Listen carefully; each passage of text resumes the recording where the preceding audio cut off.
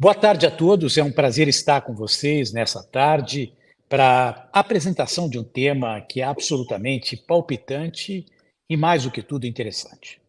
Nós temos aqui a presença de Mário Fleck, que é um importante ativista comunitário, membro do American Jewish Committee, presidente, na verdade, do American Jewish Committee para a América Latina, foi presidente da Federação Israelita do Estado de São Paulo, meu amigo pessoal, conselheiro de uma série de organizações, presidente do Conselho da Câmara de Comércio do Brasil e Israel. E temos também o nosso convidado especial, Yaacov Katz, sobre quem irei ler a bibliografia em breve. We are not going today to find a solution for the problems that we're going to discuss, but we are here mainly because we have a democracy in Israel. And the proof of this is what you could observe regarding elections that we had many times and some of the discussions.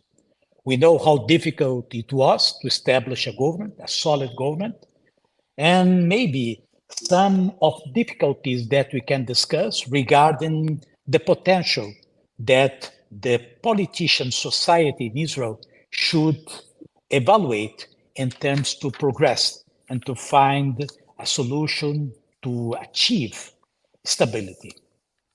Our guest is going to present his vision in a way to help us to understand the momentum of the Israeli society.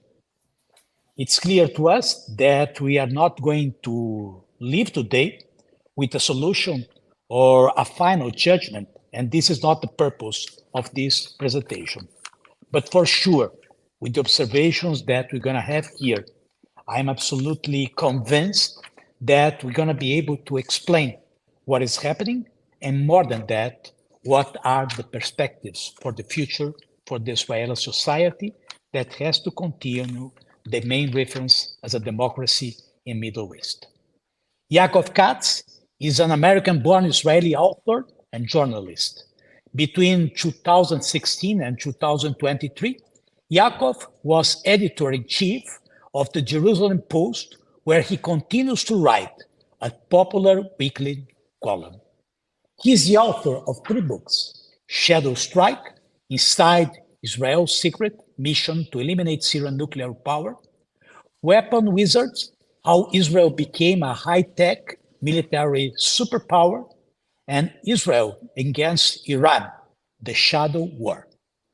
Shadow Strike was recently adapted in a docudrama by Reset Media, and his books have been published in a number of languages, including English, Hebrew, Czech, Polish, Japanese, and Mandarin. Yaacov served for close to a decade as the paper's military report and defense analyst, and was a lecturer at Harvard University, where he taught an advanced course in journalism. He also served as Israel correspondent for Jane's Defense Weekly. Prior to taking up the role of editor-in-chief, Yaacov served for 2 years as a senior policy advisor to Naftali Bennett during his tenure as Israel Minister of Economy and Minister of Diaspora Affairs. In 2013, Yaacov was one of the 12 international fellows to spend a year at Nieman Foundation for Journalism at Harvard University. Originally from Chicago, Yaacov has a law degree from Bar Ilan University. He lives in Jerusalem with his wife, Chaya, and their 4 children. Yaacov, the podium is yours. Welcome. Thank you very much, Claudio. Thank you very much, my friend Mario, who I had the pleasure of seeing a few months ago here in Jerusalem, Boa tarde, I think, did I pronounce that almost right? That's good afternoon. That's about as much as I know in Portuguese, but it's really great and an honor to be with all of you. And I think, as Claudio said and articulated in the right way, we're not going to come out of this with solutions and with the answers. But I think the fact that we're even having this event and that you reached out to me, Mario reached out to me a few days ago, and then I spoke with Claudio and Sergio and other people to set this up. The fact that you are at all interested I think, is a testament and illustrates how important we all feel today, whether we're Jews in Israel or Jews who live in Brazil or outside of Israel, no matter where, we cannot be indifferent to what is happening today in the state of Israel. And I think that that's actually, before I jump in deeper into what's happening, I think that's, when we think of everything going on here, and it's bad, don't get me wrong, it's not good, it's depressing. I can tell you personally that on 2 weeks ago on Friday night Shabbat dinner at my house here, I had one of my younger brothers over. He lives in Herzliya. He's big anti-reform, goes every week to the protests. And I told a story of how there's an American Jew who I know who is one of the donors who's been giving money to one of the organizations that's in favor, in support of the reform, and how this guy called me the week before and asked me for some advice because he's dealing with very negative media against him. All the people who are against the reform have been publishing his name and have been attacking him. So he asked me, what do I think you should do? Just as a friend. And I told this story to my brother. My brother, who I love, got up from the Shabbat table and said, I can't stay here anymore. I have to leave. I can't stay here anymore. This issue divides people. We've spoken since then. Everything's okay. But this issue divides people. It divides families. It divides communities. It divides people at their jobs. It's divisive. But I think that what it also does to an extent is it makes us be involved. It makes us care. You can't be indifferent today or apathetic about what is happening in the state of Israel. And this Zoom, this call, this webinar is an illustration of that. How you cannot also be indifferent. You feel a need to be involved. You see that by people who go out every Motzei Shabbat, every Saturday night, or every other day during the week to go protest, who have reclaimed the Israeli flag and take it to the streets and wave it because they believe that Zionism is at risk because of these legislation and bills and laws that the coalition government is trying to pass, but also the people who want to pass the reform. I don't think they're all bad. I don't agree with them, but I don't think it's all coming from a terrible place. There are people who want to make Israel better, who want to make Israel a stronger country, a stronger democracy. The beauty of what this has done is it's made people become involved. Once again, reclaim their place in our country. If we thought after 75 years of Zionism or the state of Israel, Zionism is much longer. If we thought that people were becoming, I'm sure you've heard the term post-Zionists, that life is so good, people have money, the GDP per capita in Israel is $55,000 per person. Life is great in Israel. If we thought that people were becoming post-Zionists, that they were no longer Zionists, we're wrong. People still care and fight for their country on both sides. So I think that's at least one maybe positive aspect that we can look at when we think about the larger picture. On the other hand, there's no question today that this country is more divided, I think, than ever. If there are two moments in history that we can refer to that are often touted or people go back and look at as that was also a time when Israelis were divided, there were two moments. One was more recent in 2005. I'm sure many of you remember, ahead of the withdrawal from the Gaza Strip, from Gush Katif, from the Israeli settlements under the disengagement plan. I was the lead reporter at the time for the Jerusalem Post. I was there in Gaza the whole week. I was watching as people were being pulled out of their homes. It was a terrible time. I marched with the right-wing opposition as they went and tried to march towards Gaza to stop it. It was not like this.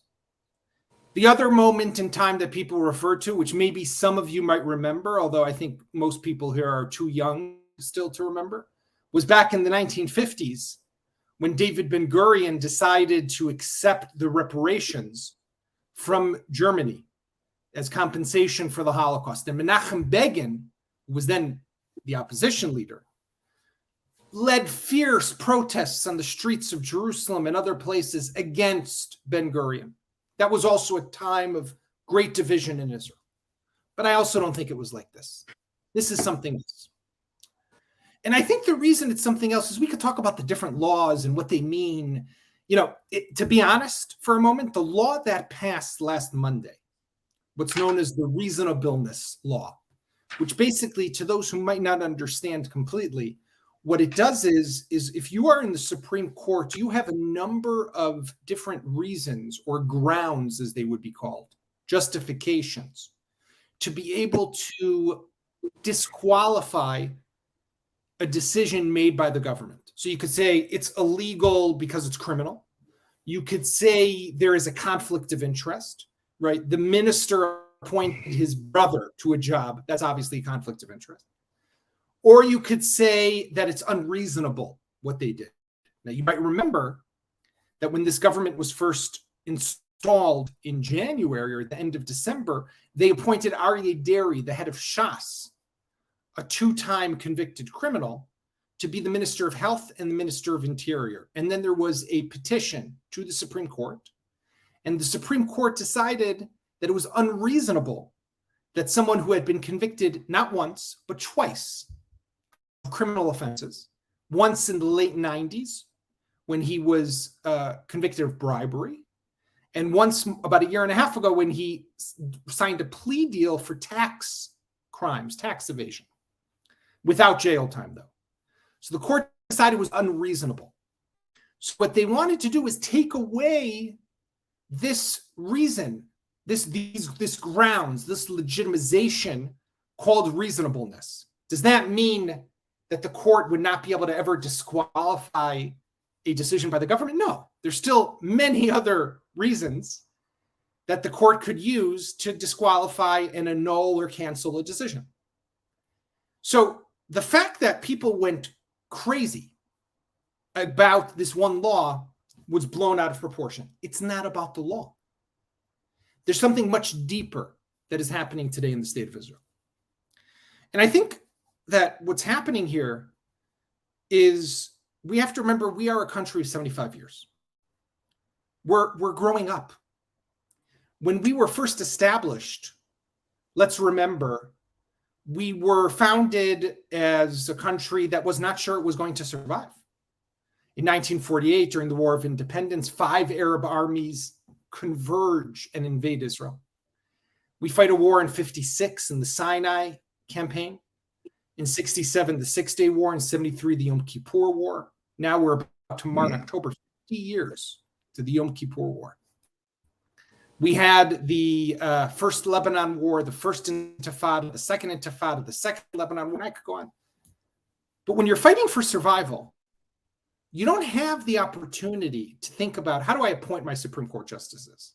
Or how do I divide the role of the Attorney General?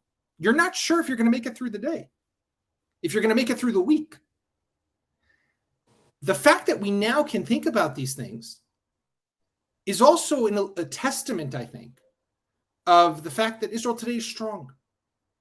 We have many threats that surround us. We still need help.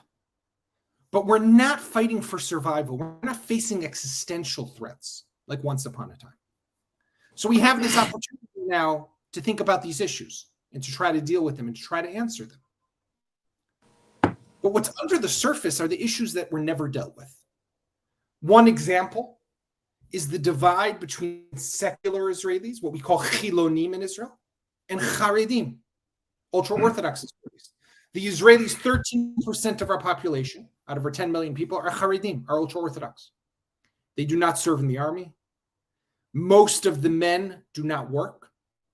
Actually, most of the women do work, but they are not productive for the economy.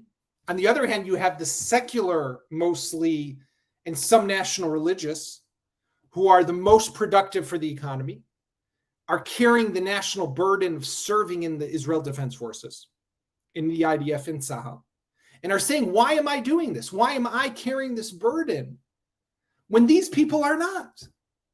And they are in the government, and they are taking more money. Just today, by the way, earlier today, the cabinet passed a decision to transfer another 150 million shekel, so about $40 million, to even a little more, about $40 million, to the Haredi yeshivas.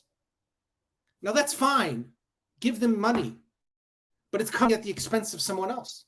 So the people are fed up, and they're taking to the streets also because of this. They're taking to the streets because they feel that they've been carrying a burden that's not being shared with equality by other parts of society. So it's not just about the reasonableness law.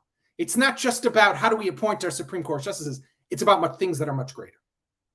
We see, for example, that this government that Netanyahu formed at the end of December with Itamar Ben-Gvir from the far right, with Bezalel Smotrich from the far right, and with the ultra-Orthodox parties. So the secular look at this, and the people who are the moderate religious look at this and they say, this is not my country. What happened? We became so extreme, so religious, and people start to fear that the rabbis are taking over. And look, I wear a kippah, but I understand their concern because they fear that something is radicalizing their country. Now, whether who's to blame and how we got here and what happened and what led to this, we could talk about for hours and go back in history and discuss, but that's not what's going to solve the issue. The question is, can we today find a way to move forward? And I think, again, from a higher altitude, the question that I wonder is there is amazing energy today inside Israel. Amazing. If you've been to Israel the last few months, if you've been to one of those protests, if you've seen the passion that people have, how are we going to channel this energy? What are we going to do with it? Are we going to use it for a good purpose? Or are we going to use it to pull ourselves farther away from one another? You know, someone was saying to me the other day how the United States of America had a civil war after about 90 years, after it was established in 1776. Every country needs a civil war. Should we come to terms and just accept that we need a civil war, that a Jew should raise a hand against a Jew? We just marked past on Thursday, Tisha B'Av, right? The fast day where we mark the destruction of Bayit Rishon and Beit HaMikdash HaSheni, the two temples, because of what our sages tell us, sinat chinam. This is what we need, more sinat chinam, more hatred among our own people. We have this energy. We have to find a way to take it and to use it for a positive purpose. And for that, we need people on the ground, but we also need good leadership. Unfortunately, today, I don't feel that we have the good leadership. And that's one of the big problems. I think that one of the big problems with the judicial reform is needed. Of course it's needed. We never dealt with these issues because we couldn't, as I explained before. But reform has to be done pure. It has to be done from a clean place. The problem is from the beginning, this process was dirty, was tainted. Why? Because the prime minister is on trial, right?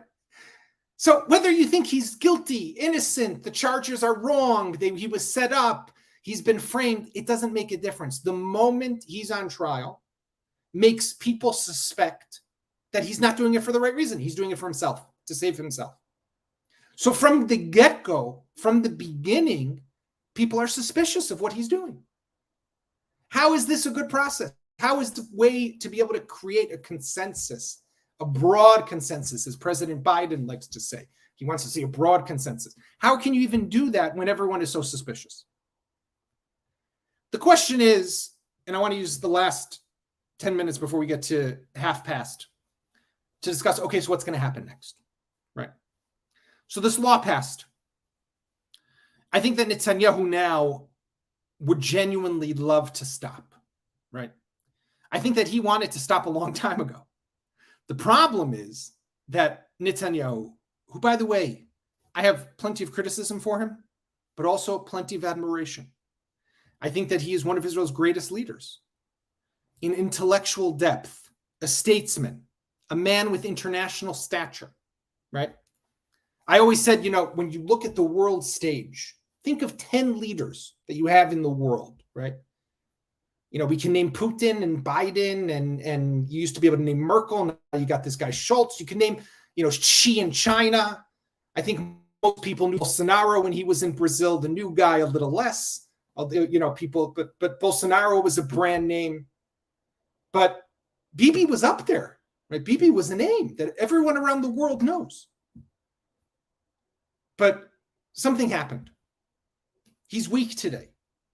He's not in control of his government. He is being controlled by his government. There was a great image in the Knesset on Monday when they were voting, where you had on his left was sitting Yariv Levin, the justice minister, the champion of the judicial reform. On his right was sitting Yoav Gallant, the defense minister. And they're arguing with one another. Bibi's in the middle. They're arguing with one another. Gallant is trying to say to Levin, we got to stop. Give me something. Help me save the army because of the people who are refusing orders. And they're arguing, and Bibi's sitting there looking at his phone, going like this, as if it's not about him. Are you the prime minister or are you not? But that's the reality today. So while Netanyahu would want to stop it, he can't, because he's afraid to lose his government, and his government is the thing that is most important to him right now. Because of his trial, he wants to stay as prime minister while he fights for his innocence in the Jerusalem district court. But now that the law passed and he was able to flex a muscle and show the opposition that they were able to do something, the question is what's going to happen now? I think that there are three options. First of all, just to fill out the picture, on Thursday, actually, I think now, tomorrow, at the end of the month, the Knesset will go on recess. And it will go on recess until end of October, after the Chagim, after Sukkot. So there will be no legislation for the next 3 months.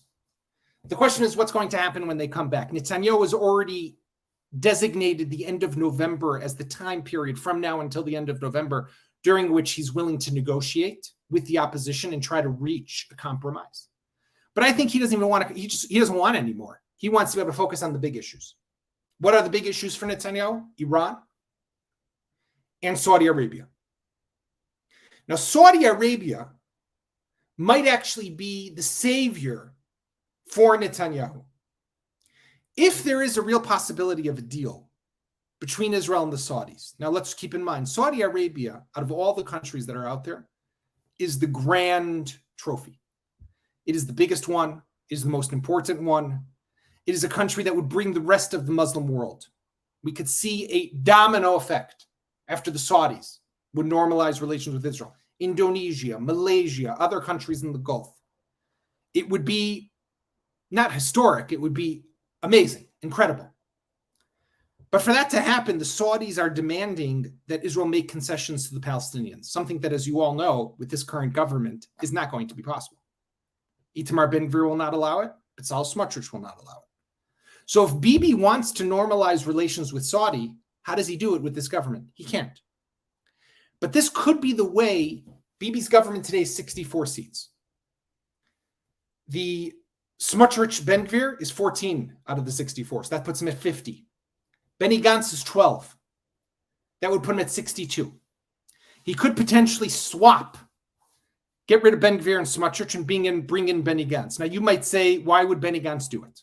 Right? He did it once before. We remember in 2020, when Corona happened, when COVID-19 started, Benny Gantz broke his vow not to sit with Bibi and went into the government, was promised to also serve as prime minister, right, to do a rotation. Of course, Netanyahu cheated him, and that never happened.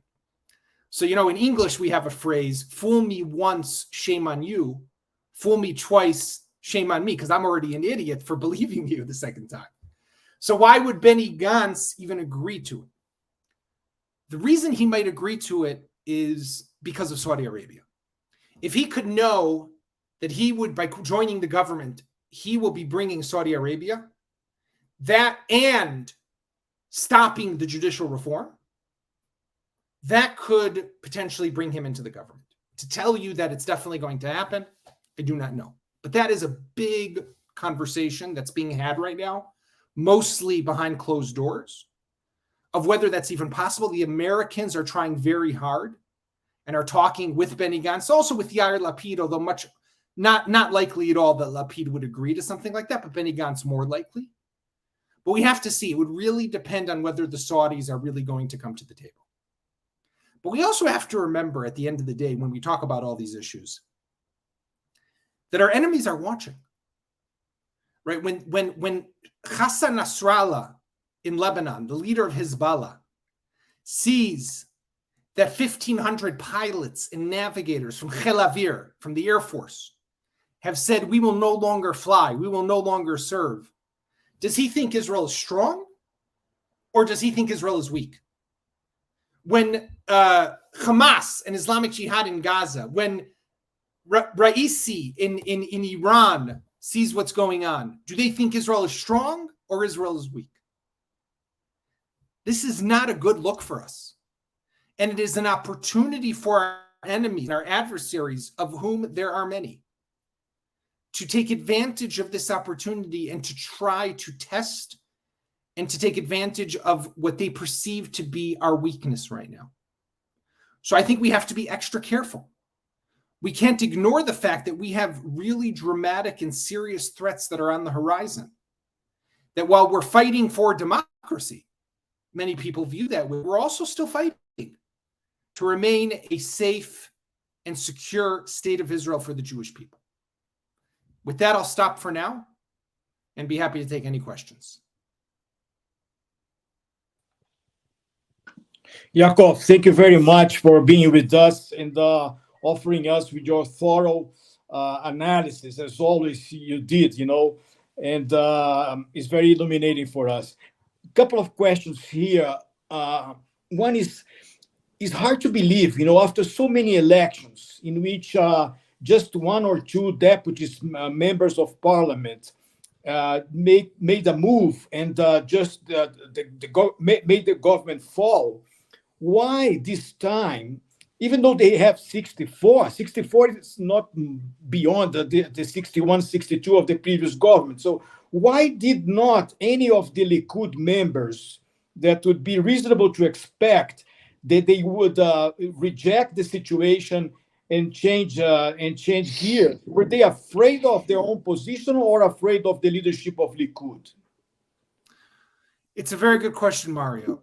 We saw over Shabbat, over the weekend, that suddenly 4 or 5 Likud members, pardon my language, but in English we say they grew a pair, right? They suddenly woke up and said, oh, we're not going to let this happen anymore. Yuli Edelstein, who I'm sure some of you know, former Speaker of the Knesset, the current chairman of the Foreign Affairs and Defense Committee in the Knesset, former health minister, said, I will no longer just vote for this type of law. If they want to do more laws, they have to coordinate with me.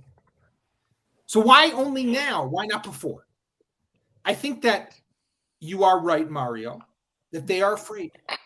They are afraid of the control. Netanyahu, while might not be as popular in the general public, let's remember, yes, he was able to form a government, but many Israelis voted against him. Almost the same number that voted for the right voted for the left. But within the right wing, he still is extremely strong and powerful. And within Likud, he is extremely strong and powerful. And these people know that if they come out against him, that will be the end of their political career. So they are afraid to do so. Now, what you're also touching on, I think, is an interesting point, and that is that the last government, the Bennett-Lapid government, Bibi was able to peel away 2 members of Knesset and bring down the government, right?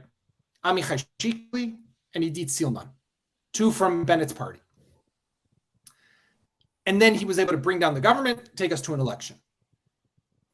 They were not as strong and as cohesive and as united as a government.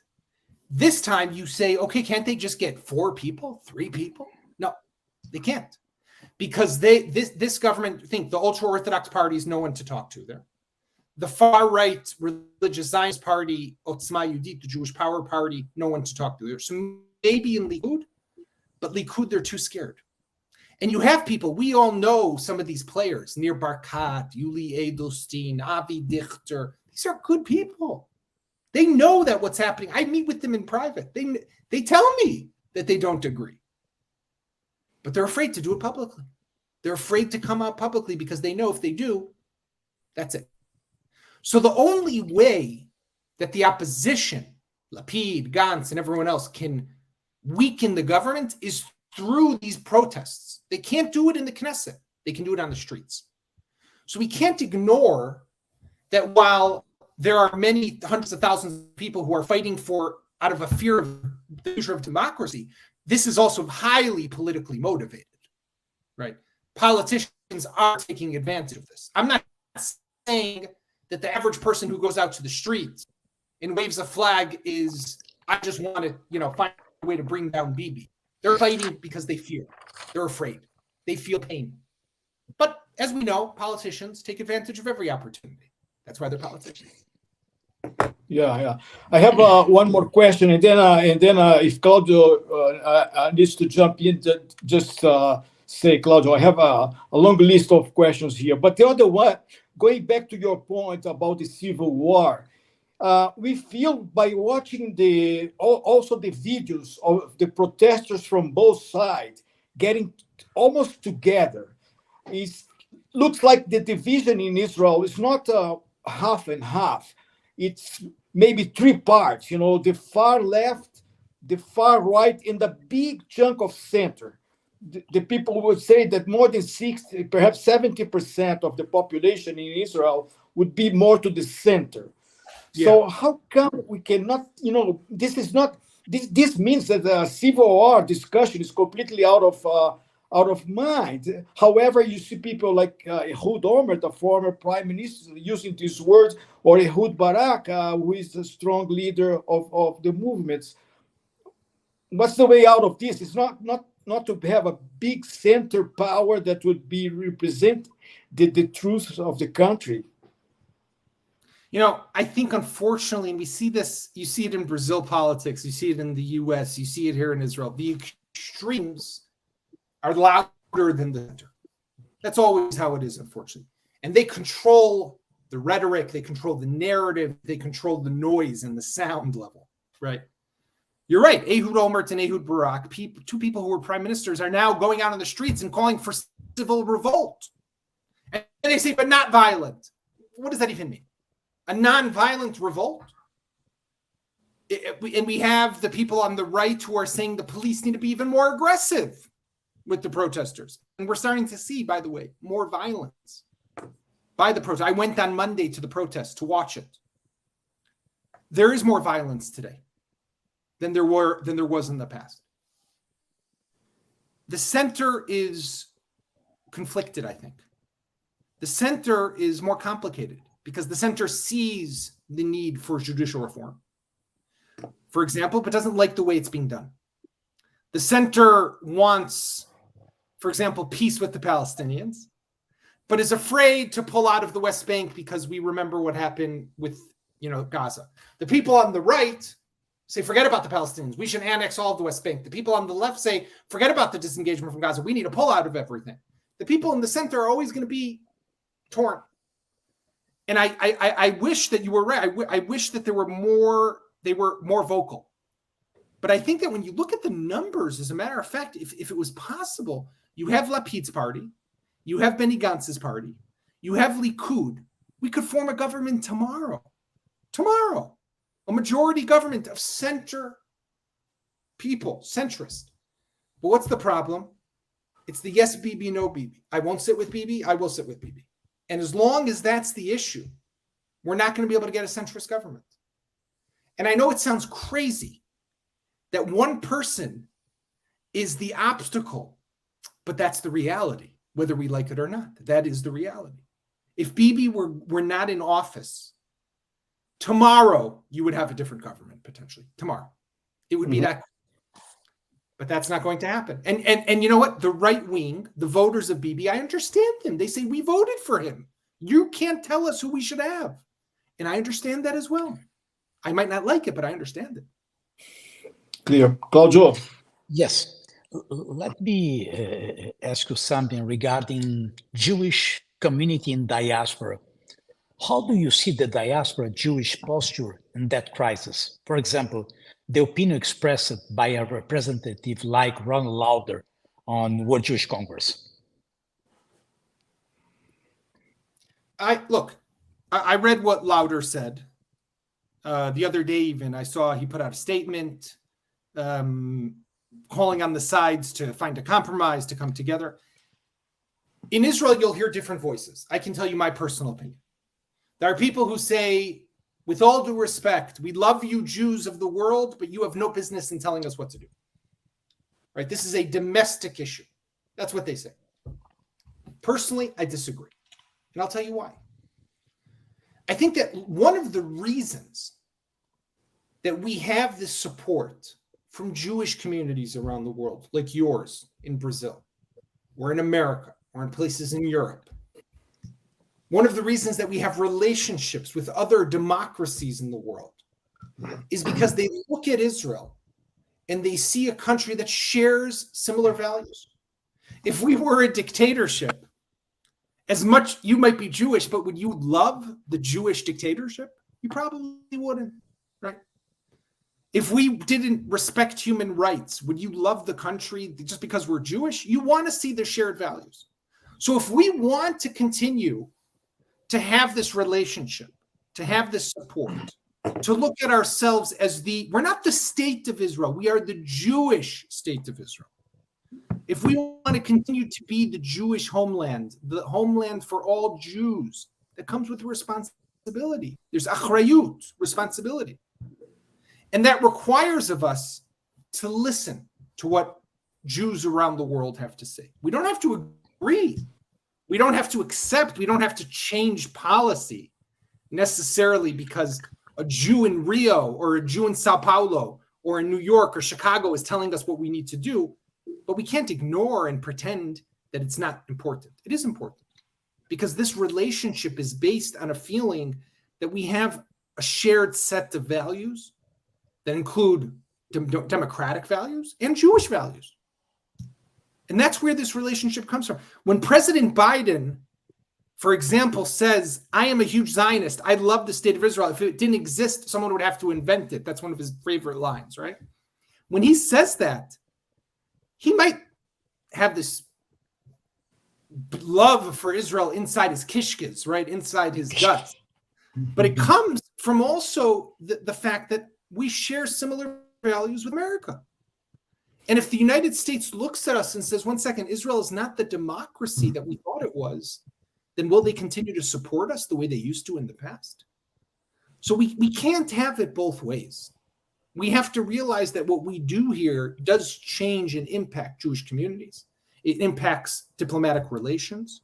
It impacts, look at what's happening to our economy. Look at Morgan Stanley, Moody's, S&P are all putting out reports that are saying Israel might not be the best investment right now because of what's happening, right?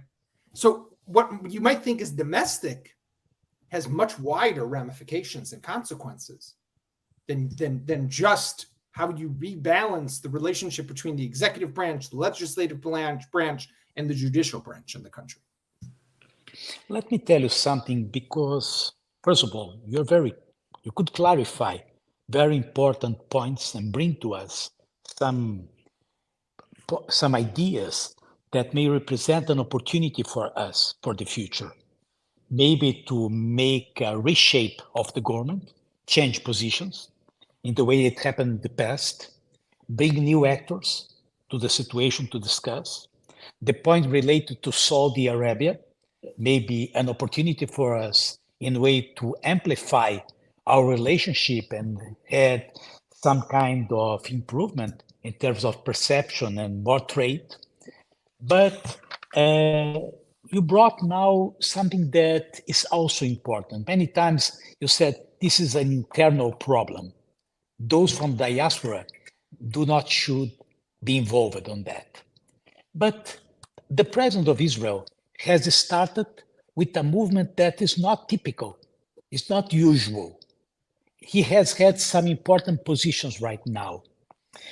You think that he's still able to coordinate this kind of movement that I would call as a retrofit of the leadership in terms, not to have a good leadership, but at least something better? I love President Herzog. Number one, he's a mensch. And that's not something small in politics, right? He's a good guy. His heart is in the right place. He wants to do good. The problem is that the president in Israel is not someone with executive authority. He doesn't have the actual samchut, right? The authority, as we say in Hebrew, to get things done, to be able to make the decisions. He doesn't have the executive authority. Now, he has a voice, and a very important voice, a moral conscience that represents the national conscience to an extent. And he can be someone who can raise a flag and say, be careful, watch out what you're doing. But he can't force a compromise. And he's tried. I think that Herzog also, what he's also done, and this would be maybe my criticism of him, and I understand why he did this, but it was I don't know that it was possible, and I understand why, and I might have done the same thing, but I don't know that it worked out. He tried to be balanced. He tried to walk, how do they hold both ends of the stick at the same time? And it doesn't work. You have to take a stand one way or the other here. And I think that made it very hard for some people, and he got criticized from both sides. So in the end, is it even worth it for him to try something? At the end of the day, Claudio, what's needed is, Netanyahu has to decide what he wants, right? That's really what this is about. He's the strong man. Is he going to seize back control of the government, or is he not? Now, also to people who think, no, this government's going to fall soon. The government's not going to fall soon. It's a strong government. It's ideologically aligned. If they, for example, put aside judicial reform, let's say they decide to stop, or they just buy time, right? They just, keep on delaying. He sets up a committee. He goes to the end of November, then he goes to February, then to March. He just tries to stall. There's nothing that's really going to bring them down. They have a budget for another year and a half. I think that, it's a 4.5-year government. They'll make it to 2025 easily, unless the scenario that I painted before of Saudi Arabia maybe shaking things up. Is there another possibility of something shaking things up? Look, God forbid there's a war. That could always change things also. Obviously, if something happens to Netanyahu, we saw he had a pacemaker installed a week ago. I hope he's well and healthy. But if something does happen to him, that could also shake things up. But I say to people who are, the government's about to fall. No, the government's not about to fall. This government will last. And the reason it will last also is because they've been so preoccupied and distracted by this judicial reform, they haven't been able to do anything else. So they need to now use their time in office to bring real results for their people, right? So this is their opportunity to do that and get back the votes. That's the whole idea. Yaacov, lots of questions here, but regarding the army, back to the army, you are an expert in this field as well. Doesn't this open a big precedent? The army was always an institution that, regardless of the government in power, left or right, one way or the other, there was no discussion about the position of the army. And this time, even though they might be, as civilians, they might be right in terms of arguing against what's going on, they open a big precedent that perhaps in the future, an opposite, different government might also have controversial decisions to take. And the IDF cannot stay in the middle of the way, considering if they like the controversial decisions of the government or not. So how do you see the outcome of these controversial discussions with the IDF and the reserves saying they will not show up and things like that? Look, on the one hand, it's very upsetting. The army should be something that stays above politics or out of politics. Also, I think they were premature, right? Like I explained before, this law is not the end of democracy, right? There could be laws that would be the end of democracy, and that I could understand why miluimnikim, reservists, would say we're no longer going to show up for service. But it's not this law. So I also think they were a bit premature. On the other hand, they used what they have. And this is the card that they have. And I got to tell you something, Mario. A few months ago, when this all began, you remember that there were pilots, the first pilots, 40 pilots from a squadron 69, who wrote a letter and said, if this passes, not this law, this was when they were talking about all the laws, remember, we will no longer serve. And there was a minister in the government who said these people are parasites. And there was another minister who said, literally in these words, go to hell. And then there was a senior journalist on the right who's very close to Netanyahu who said they are like a pus, like a cut on my arm, and they should be cut out and removed. And I was listening to all of this, and I said, I know these pilots. My last book, Shadow Strike, was about Israel's bombing of Syria's nuclear reactor in 2007. You know who were the pilots who flew to Syria to destroy this nuclear reactor? They were from the 69th Squadron. This was their squadron. They fly F-15Is. In Hebrew, we call them the Ram, the Thunder in Hebrew. That's the name that they're given to these planes. And on September 5th, 2007, they did not know what they were going to do. They had been training. They had no clue what the mission was. They didn't know. And they get called into a room and are told by their commander, you're going to fly to northeastern Syria, 600 kilometers away, and you're going to destroy a nuclear reactor. And these people did not hesitate even for 1 second.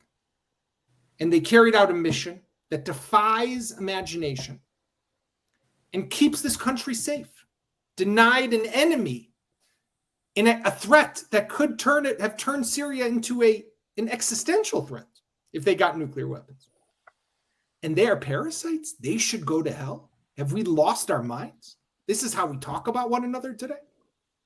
But on the other hand, so I think we've all gone crazy.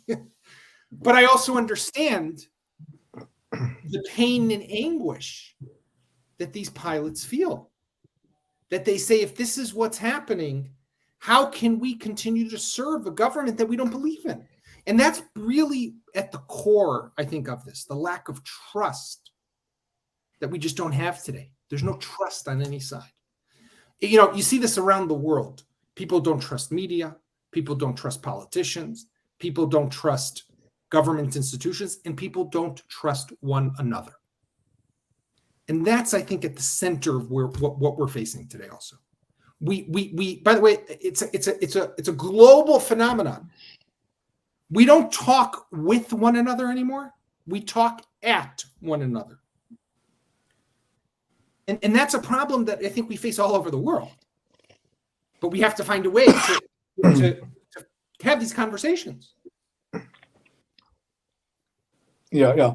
Yaacov, one point that you touched on a previous question from Claudio was Saudi Arabia. But silently or not, 2 days ago, a senior official from the United States was there. And this comes on top of several other initiatives that we hear that they are about very close as never before to some agreement with Israel. What can you share with us about this that you know that we don't know? And of course, what would be the consequences of this into all these scenarios that we're trying to anticipate? Yeah, look, Jake Sullivan, the national security advisor to Biden, was in Saudi Arabia and met with MBS, the Mohammed bin Salman, the crown prince. The possibility of a deal definitely exists. And I hear that from U.S. officials. I hear that also from Israeli officials. One thing that is Israelis are trying to figure out a way is right now all contacts with Saudi Arabia are being done through America. So if Israel wants to talk to Saudi Arabia, it goes through the United States. Israel is trying very hard to create its own line of communication with the Saudis. Not yet with such great success from what I'm hearing from Israeli officials. Which means that for this to happen, it still requires the United States in a big way. Because what do the Saudis want? They don't really need anything from Israel. They have three main demands from the United States. One, weapons. Two, a security umbrella, a kind of guarantee by the US that they will defend the Saudis, let's say from Iran. And three is they want some sort of nuclear capability, a program civilian. What exactly that looks like, we don't know exactly the details. Does Biden want to give that is the big question. Right now, Biden faces a couple of big problems of his own. On the one hand, he comes from the Democratic Party. We know that there are progressive elements in the Democratic Party who are extremely anti-Saudi Arabia because of human rights violations and the murder of the journalist Khashoggi back a few years ago. Biden himself called the Saudis a pariah state, right? Relations are not that good. On the other hand, this is a huge foreign policy win for President Biden, who does not have any big foreign policy wins. And he's about to go into a new election, right? In about 1 year and 4 months. So he could use a big foreign policy win, and this could be it. But then there's a third question. Does he want to give this to Bibi now? Bibi, who's not doing what he wants. This would be a huge gift and a huge win for Netanyahu. Why give it to him? Keep in mind that Biden has not really invited Bibi to even visit him in America. And I'll remind you, this is the longest that I know. So, the last 20-something years that I've been covering Israel, that a prime minister has not been invited to Washington, D.C. Bibi is used to being invited right away after coming into office or right away after a new president comes into office. He's been in office already 6-7 months, has yet to get, apparently they had a phone call last week. Biden said, yeah, you should come at some point, but no date was given. Maybe in September, when Bibi goes for the UN, the United Nations General Assembly, maybe he'll also meet with Biden. But that sends a message. And by the way, Mario, it sends a message to the world that the relationship between Israel and the United States is not like it used to be. And that's a problem. Because when people see that America and Israel are not strong, they take advantage of that. And when America is strong, Israel is strong. And when Israel is strong, America is strong. But when there's daylight between them, that's not good. One other thing that is important, I think, to point out, and I hear this from the government, and this is interesting, is there was a debate here in Israel among the ministers and Netanyahu himself of maybe we shouldn't even bother trying to get the Saudi deal with Biden. We should wait for Trump. Let's wait to see what happens in the election. With Trump, it'll be easier, and we'll be able to get a better deal maybe. But the decision that's been made for now is that it's actually, and Ron Dermer was involved in this and some of the government ministers, is that it's better for Israel to do it now with the Democrats. Why? If the Republicans are the ones who bring the deal with the Saudis, then the Democrats will look at it as this is a right-wing, conservative, Republican thing. If the Democrat president brings the deal, you'll have more people who will support it.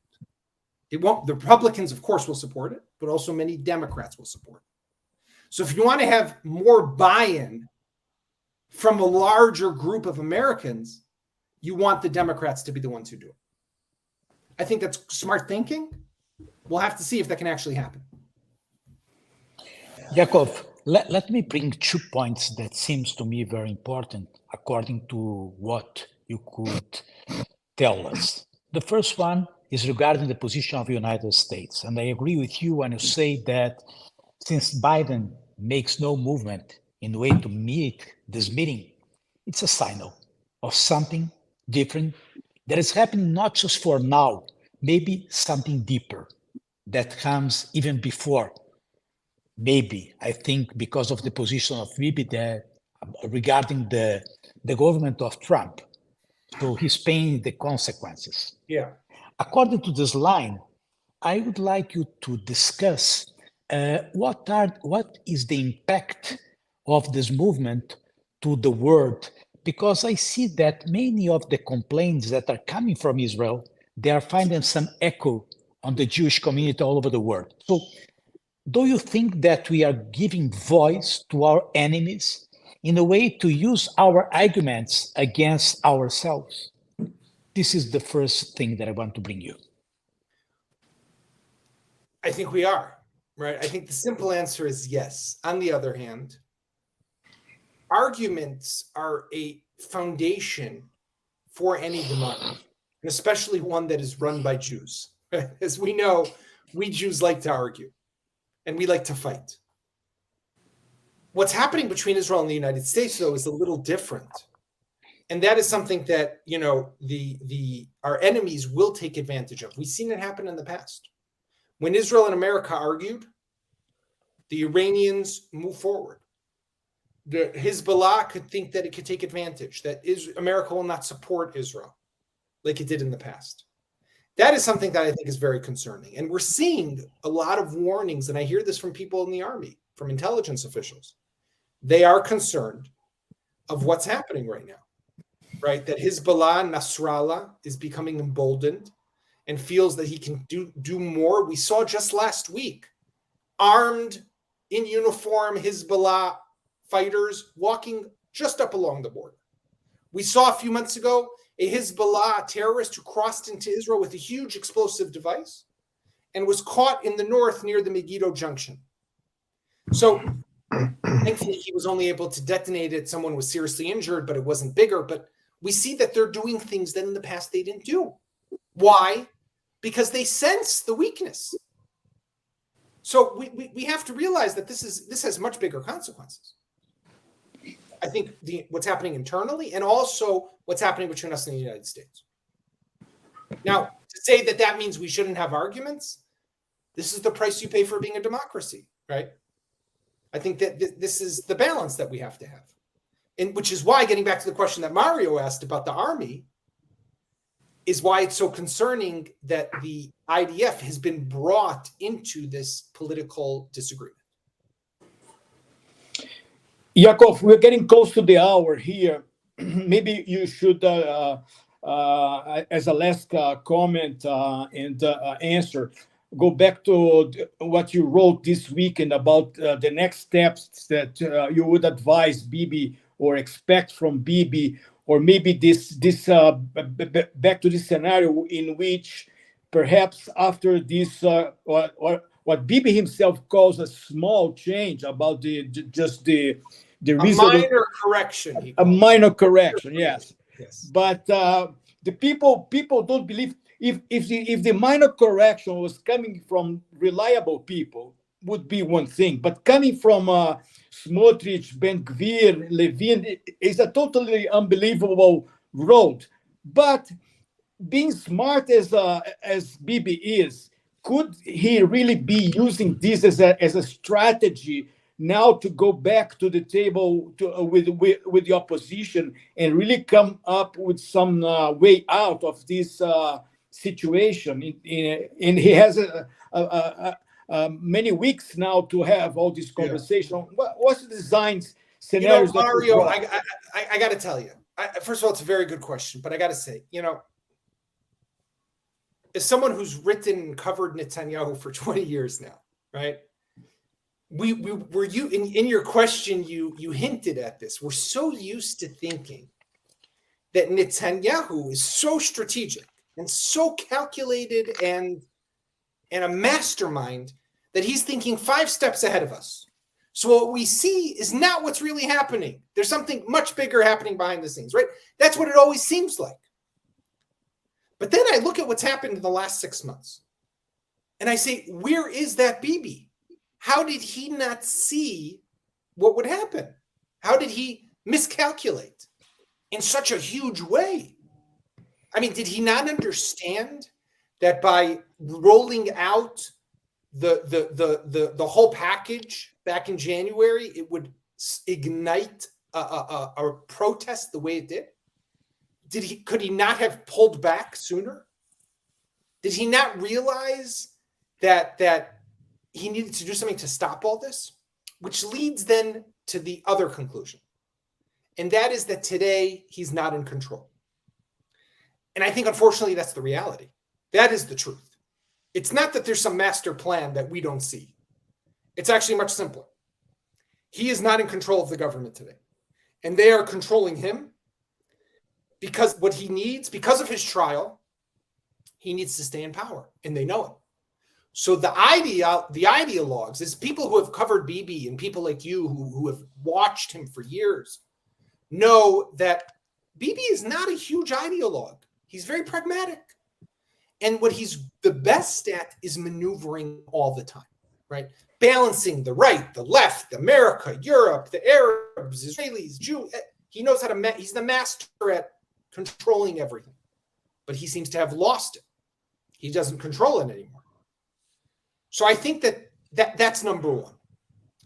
Number two is, with that said, maybe he has an opportunity to regain control. So what I suggested, and I wrote it, but I hear that there's talk. I didn't say that I know that there's talk, but I hear that this is an idea that's out there. I wish that maybe he would embrace it, but my idea was something very simple. You pass the law, great. You have success. You could say to your voters, I did something. Okay, now the question is, what are you going to do? Why not create a committee with representatives from all parties, not members of Knesset, but each party gets to appoint 2 people who represent it. If the Haredim want rabbis, let it be rabbis. If the Meretz, if not Meretz is in the government, if the Yesh Atid wants, philosophers, let it be whoever they want. Let them bring who they want. And then create a committee of all parties, get 2 representatives. They sit for 6 months and they try to write a constitution. Now you could say, why would they agree to this? Well, I think everyone agrees that we need a constitution. They can't agree what should be in the constitution. So how do you manage that? You give everybody a veto right. So you say to every party, you can veto the whole thing. So if you're the ultra-Orthodox party, you could say, okay, what do I care? I could go along with it. In the end, if I don't like it, I veto it. What that could do is, because everyone has the veto, they have to compromise if they want something to happen. And because everyone has the veto, they could potentially agree to sit down and talk because they don't have what to lose. Because they could open veto.